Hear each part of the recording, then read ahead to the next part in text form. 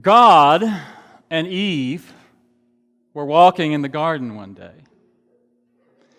And they're strolling along, having a nice conversation and communion together. And Eve's noticing the birds and the animals, and she notices the swans on the pond. And she just marvels at them, and God says, yes, those are swans. They mate for life.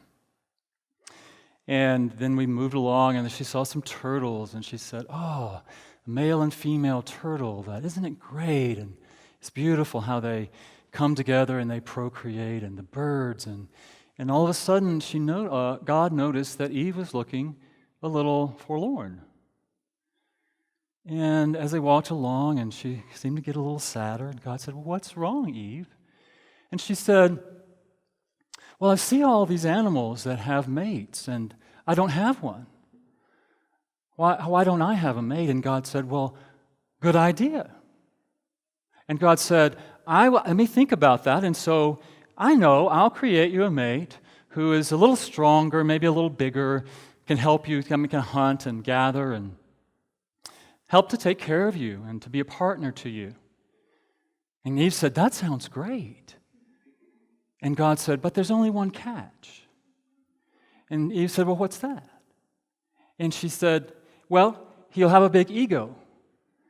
So you have to make him believe he was here first.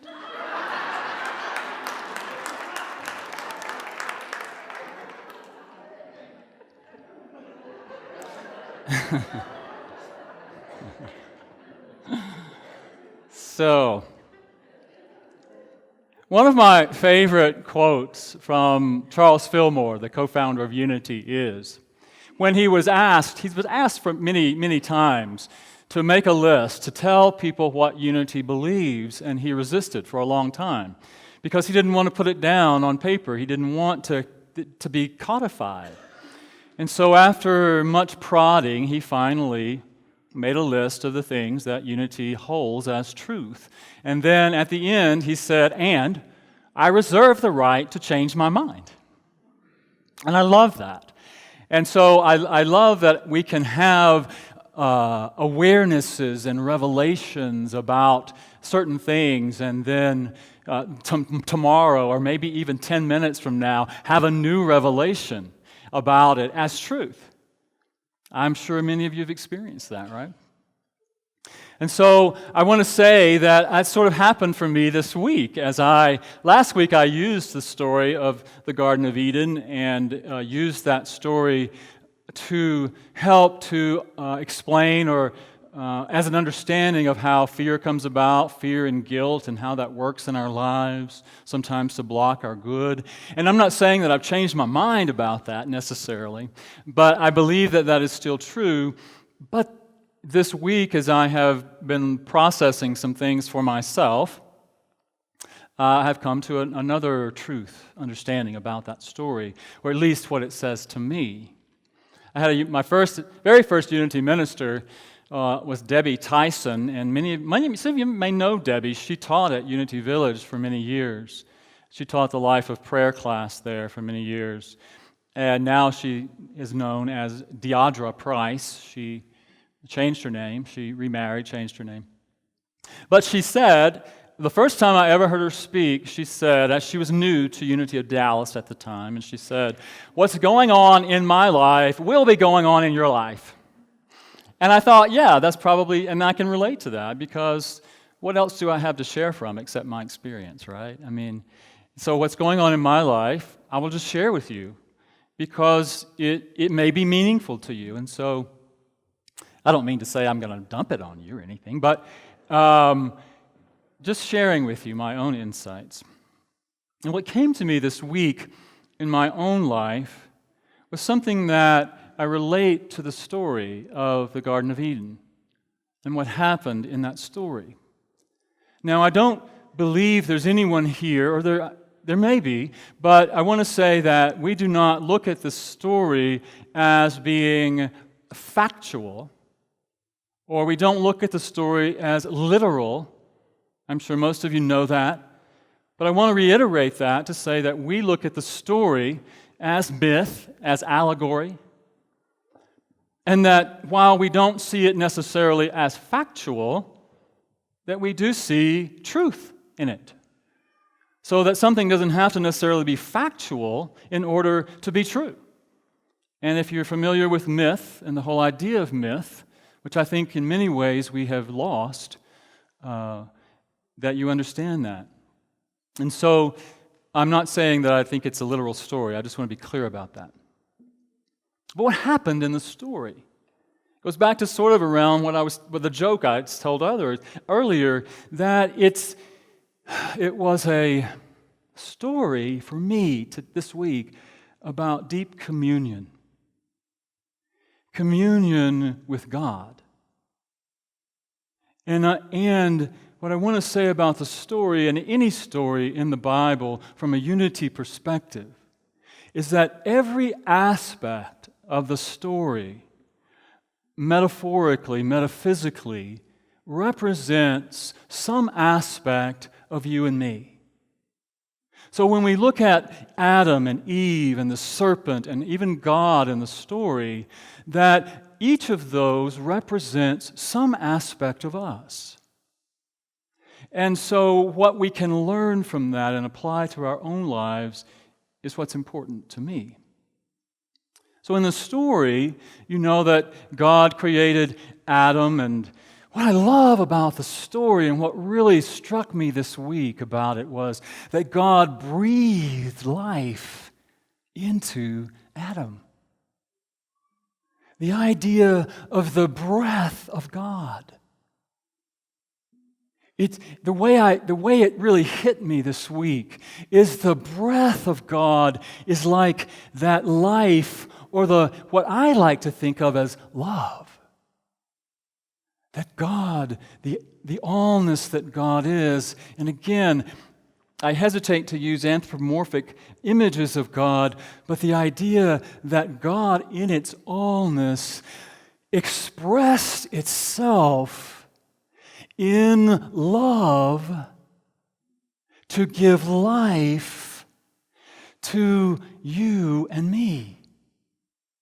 God loved itself into expression as love as you and me.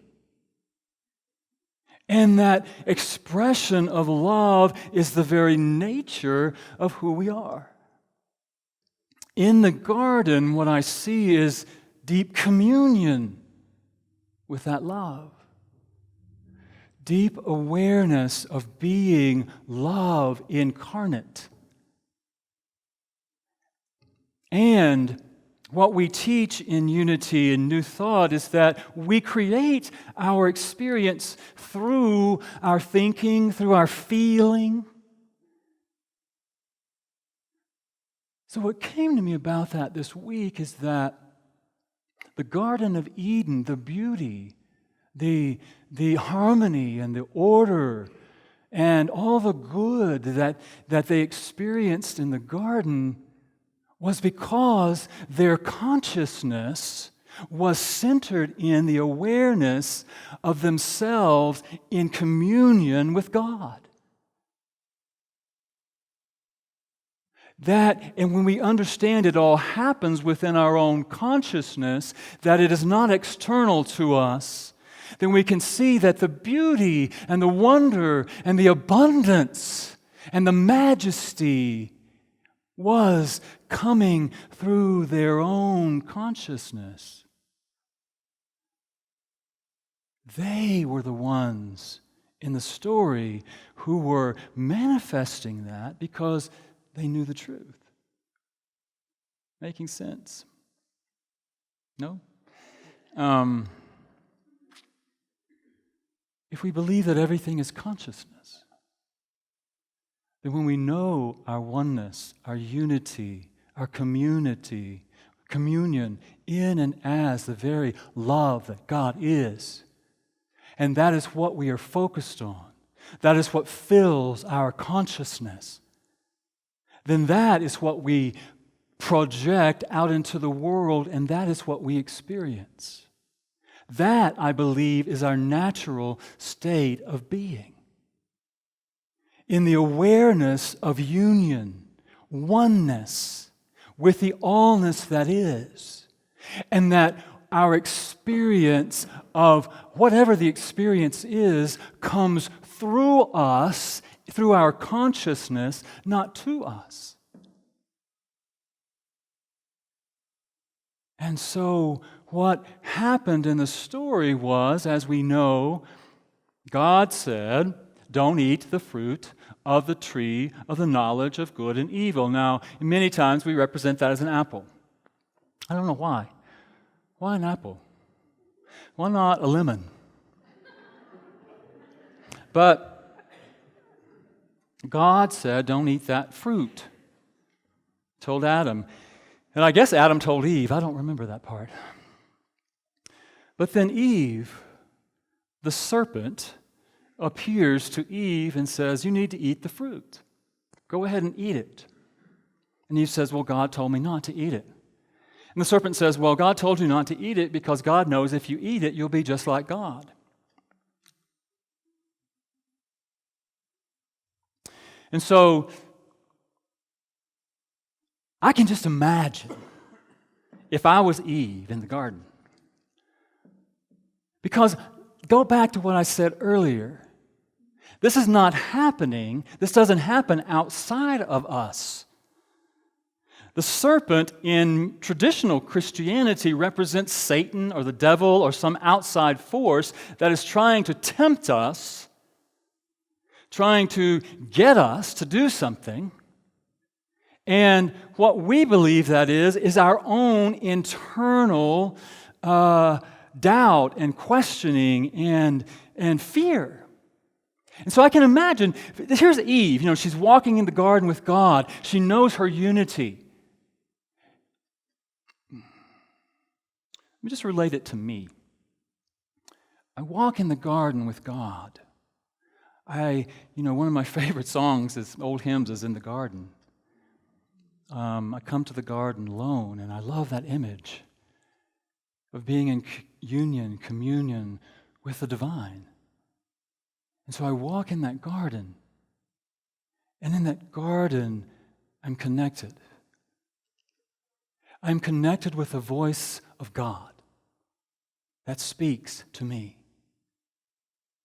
That speaks to me from that place of knowing, of wisdom, which is not up here, it's in the center of our being.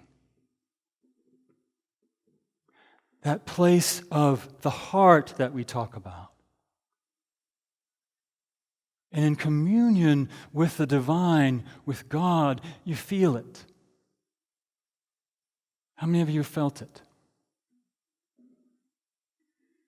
That place of just landing in the heart and knowing your oneness, your unity, and opening to hear, to receive, to sense that unity, and to be inspired by that.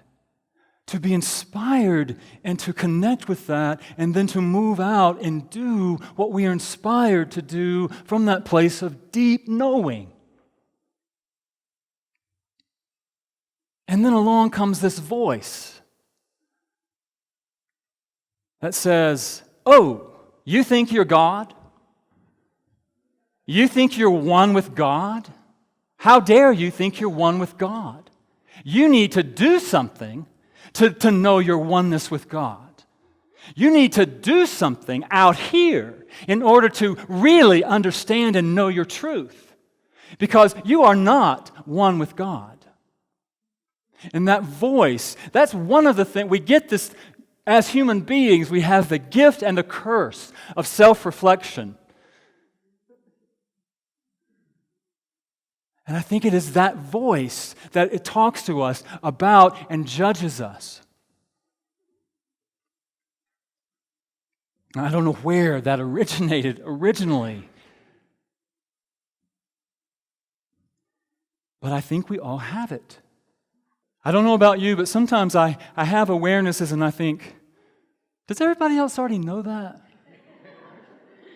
You ever do that? It's like, I think I have a knowing, but wow, it seems like a revelation to me. I wonder if I'm the only one that doesn't know that. And so we have that voice. Now, I know from my perspective, and maybe from yours, where a lot of that voice comes from. It comes from the very moment we're born, that we're conditioned, to not believe that we are that. There's a story, I don't know how true it is, but I've heard it used, and many authors have used this story, and I think it's a great telling story, that there was a family who had a young child, say he's a boy, who's 5 years old, and they brought a new baby home from the hospital. And they placed the baby in the nursery, and they had their baby monitors, one. And so they were playing with the other child, and the child said, I want to go into the nursery and talk to my brother. And the mom said, okay, I'll go in there with you, and we can talk to him, we can be with him. And he said, no, I really want to go by myself. And the mom and dad looked at each other, and they thought, well, we've got the baby monitors. It should be safe. We can hear what's going on in there. And so they let him go in there, and he went to the crib, and he said to his baby, brother, quick, tell me about God, because I'm starting to forget. I'm starting to forget. And I think that's what happens to us. I know I forget sometimes. And so I think it wasn't that there was an external God telling Eve not to do something, but there was a voice within her, the God within her, that knowing, that always guides us, I believe, to the expression of love. Love for ourselves, love for the world, love for each other. We cut ourselves off from the awareness of that because we chase something out here. We chase fame, or we chase money, or we chase status, or we chase recognition. I followed Byron Katie for a long time, the work of Byron Katie, and she said, if I had one prayer, it would be this: God, deliver me from the desire to seek love, appreciation, or approval. And so I think what happens for us is that we do focus on the external. And we think we're going to find love, or we're going to find approval or appreciation. And so we chase that, rather than listening to the voice within us. And what happened in the story? They ate of the fruit. They took that in, and instead of focusing on the guidance that they received from the God within, they used their minds to do something different. They said, no, that's not true. I'm not going to pay attention to that, and so I'm going to make my own choice. I'm going to do what I think is best. How many of us have ever gotten in trouble by doing what I think is best? Or created something from fear? Created something not from connection with that voice of love within us, but instead thought, whoa, if I follow that, I'm going to be poor. Or if I listen to that voice, I'm going to upset somebody and they're not going to love me anymore. Or if I follow that voice, then that means I'm going to have to do X, Y, Z. And I don't trust in my mind that I'm going to be supported by doing that, or that somehow that's in alignment with my highest good. Because somebody told me that at one point, that I should follow and chase my 401k or 401k, that should be my goal in life, is retirement and a big 401k. I'm not saying that's a bad thing. that any of that is a bad thing. I'm just saying, I think it's important for us to connect with the God within us and to follow that inner knower and trust that that inner knower leads us to our highest good. Because what happens in the story, I think, is telling as well, that they then, once they ate of the fruit, they cast themselves out of the garden, and it was somebody's explanation, but then there was, Eve experienced pain in childbirth, and Adam had to work the land, had to labor hard. I think it was somebody's understanding or somebody's opportunity to try to explain why those things happen. But they remove themselves from that place of communion and oneness and love and following love, and instead listen to the voice of fear and doubt and limitation. And in following that voice, created something from fear. I'm telling you this story because I really got in touch this week with something major in my life. I won't tell you the specifics, but something major in my life that I know that I created from a place of fear. And so can I recreate it in love? Absolutely. Absolutely. I think we have every opportunity to return to love. We can return to that place of communion anytime.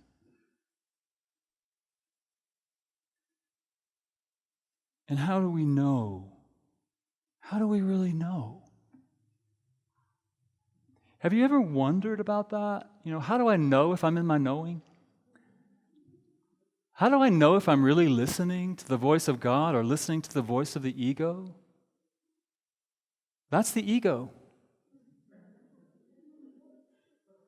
That's the ego messing with you. Because you know. You felt it. You just told me. You felt it. You've experienced what it feels like to know. So I would invite you to use whatever experience that was for you as a touchstone. To go back to and remember a time in your life when you really knew.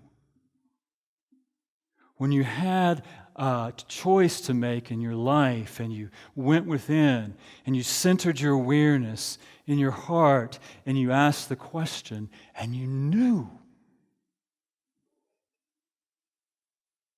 Not from a place of reasoning or planning. That comes later. All of that comes later. Because the mind is important in helping us to plan and to execute. I'm not saying the mind is not important, but the mind is to be a servant of the heart. The mind is to be a servant of the heart. And so know that you know. One of my favorite sayings, I don't even know where I heard it, was, you can't know what you don't know, right? You can't know what you don't know. But you can know what you don't know that you know.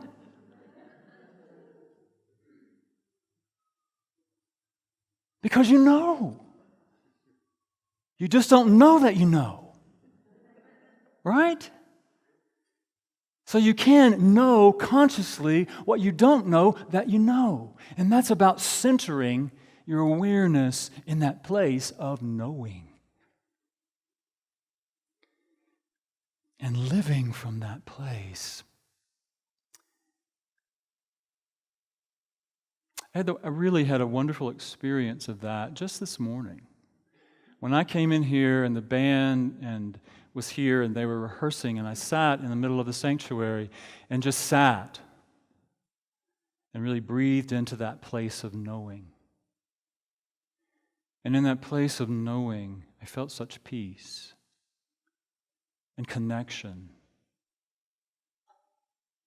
and understanding and love. And it was as if, I don't even know how to explain it really, except that it was like I was aware of what was going on up here, but I was really focused on what was happening in here. And that is where we're connected. Not just with the allness that is, but with each other. Because this mental stuff, the learning, the conditioning, is energy that really gets in the way. It can get in the way of our connecting with each other, with our higher knowing. And I think for me, that's what the story is about today. That Eve, who represents our intuitive nature, chose to ignore what she was hearing, what she was receiving from the God within her, and chose instead to follow her thinking mind, the fear, the thoughts that question our deeper knowing. And so I encourage us to practice. If you're not already practicing mindfulness and meditation and contemplation, to even just set aside 10 minutes a day. Find a sacred place for you and see if you can, through the power of your intention, remove as much as you can of the focus from the mind chatter and instead drop it into your heart, to the space of knowing.